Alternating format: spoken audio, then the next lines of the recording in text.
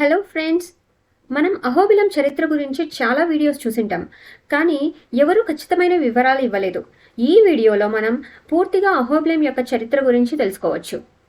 అహోబిలం నల్లమల అడవుల్లో ఆంధ్రప్రదేశ్లోని నంద్యాల జిల్లా ఆళ్లగడ్డ మండలంలో ఉంది. ఇది ఆళ్లగడ్డ నుండి 23 కిలోమీటర్ల దూరంలో ఉంటుంది. అహోబిలం అనేది హిరణ్యకశిపుడు అనే రాక్షసుని యొక్క రాజభవనం. ఇక్కడ నరసింహస్వామి హిరణ్యకశిపుడిని సంహరించాడు. ఇది మనకి నరసింహ పురాణం నుంచి తెలుస్తుంది. ఈ పురాణం ప్రకారం విష్ణువు సగం సింహంగా సగం మనిషిగా కనిపించడాన్ని దేవతలు చూసినప్పుడు వారు అహోబల అలాగే అహోబిల అని అరిచారని నమ్ముతారు. కాబట్టి ఈ ప్రదేశాన్ని అహోబలం లేదా అహోబిలం అని పిలుస్తారు. ఇక్కడ మనకు నరసింహ భగవానుడు ఉగ్రమూర్తిగా, శాంతమూర్తిగా, యోగమూర్తిగా మరియు కళ్యాణమూర్తిగా వివిధ రూపాలలో దర్శనమిస్తాడు. ఈ స్థల ప్రస్తావన మనం బ్రహ్మాండ పురాణంలో కూడా చూడవచ్చు. హిరణ్యకశిపుడిని సంహరించటానికి నారాయణుడు రాతి స్తంభం నుంచి ప్రత్యక్షమైన ప్రదేశం. ఈ స్తంభం పేరు ఉగ్రస్తంభం. దీనిని ఇప్పుడు ఉక్కు స్తంభం అని కూడా పిలుస్తున్నారు. హిరణ్యకశిపుడిని వధించిన తరువాత నరసింహ భగవానుడు తన ఉగ్ర అవతారంలో నల్లమల అడవిలోకి వెళ్తాడు. దేవతలు ఈ రూపం గురించి ఆందోళన చెంది అతనిని శాంతింపచేయమని లక్ష్మీదేవిని ప్రార్థించారు. అదే అడవిలో గిరిజన యువతిగా చెంచులక్ష్మిగా లక్ష్మీదేవి రూపుదిద్దుకుంది. ఆమెను చూసిన నరసింహ భగవానుడు ఆమెను వివాహం చేసుకోమని కోరాడు. దానికి ఆమె అంగీకరించింది. ప్రతి సంవత్సరం పాల్గొన మాసంలో బ్రహ్మోత్సవాలు జరుగుతాయి. ఇది కాకుండా ప్రతి నెల స్వామివారికి స్వాతి నక్షత్రం రోజున గ్రామోత్సవాలు జరుగుతాయి. పవిత్రమైన స్వాతి నక్షత్రం రోజున చాలా మంది యాత్రికులు ఆలయాన్ని దర్శిస్తారు. ఈ స్వాతి నక్షత్రం వచ్చిన రోజున ఇక్కడ ఉన్న నవ నరసింహ ఆలయాలను దర్శించడం వల్ల కోరుకున్న కోరికలు ఫలిస్తాయని ఇక్కడ ప్రజలు నమ్ముతారు. అంతేకాకుండా వివిధ రాష్ట్రాల నుంచి కూడా ప్రజలు వచ్చి స్వామిని దర్శిస్తారు. ఇప్పుడు మనం ఆ 9 ఆలయాల గురించి తెలుసుకుందాం. ఇందులో మొదటిది జ్వాలా నరసింహ సన్నిధి.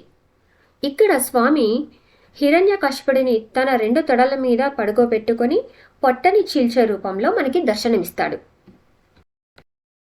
రెండవది శ్రీ అహోబిల నరసింహస్వామి సన్నిధి. ఇది నరసింహస్వామి మెయిన్ టెంపుల్. ఇక్కడ నరసింహస్వామి హిరణ్యకశిపుడిని చంపిన తర్వాత ఒక గుహలో వచ్చి ఉంటాడు. ఇక్కడ నరసింహస్వామి ఉగ్ర రూపంలో మనకి కనిపిస్తాడు. ప్రహ్లాదుడు ఆయన్ని నమస్కరిస్తూ కనిపిస్తాడు.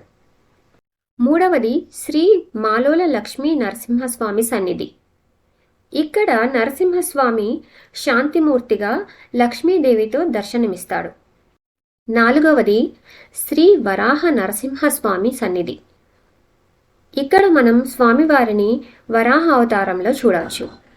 ఐదవది శ్రీ కారంజ నరసింహస్వామి సన్నిధి. ఇక్కడ స్వామివారు మనకి యోగాసన రూపంలో దర్శనమిస్తారు. ఆరవది శ్రీ భార్గవ నరసింహస్వామి సన్నిధి.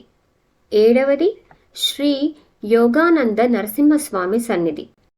8 శ్రీ చత్రవాత నరసింహస్వామి సన్నిధి. 9 శ్రీ పవన నరసింహస్వామి సన్నిధి. ఇక్కడ చెంచులక్ష్మితో స్వామివారు దర్శనమిస్తారు. ఇక్కడ చూడవలసిన ప్రదేశాలలో ముఖ్యమైనవి ఉగ్ర స్తంభం. ఈ స్తంభం నుండి నరసింహస్వామి బయటకు వచ్చాడు. ఇది ఎగువ అహోబిలంలో ఉంటుంది. దీనిని దర్శించడానికి భక్తులు తిరునాళ్ళ సమయంలోనే వెళ్తుంటారు, ఎందుకంటే ఇది అడవి లోపల ఉంటుంది. ప్రహ్లాద బండ. ఇది ఎగువ అహోబిలం నరసింహస్వామి ఆలయానికి ఉగ్ర స్తంభానికి మధ్యలో ఉంటుంది. ఈ ప్రదేశంలో ప్రహ్లాదుడు ఓం నమో నారాయణాయ మరియు ఓం నమో భగవతే వాసుదేవాయ అని రాశాడు. భక్తులు దీనిని గమనించవచ్చు.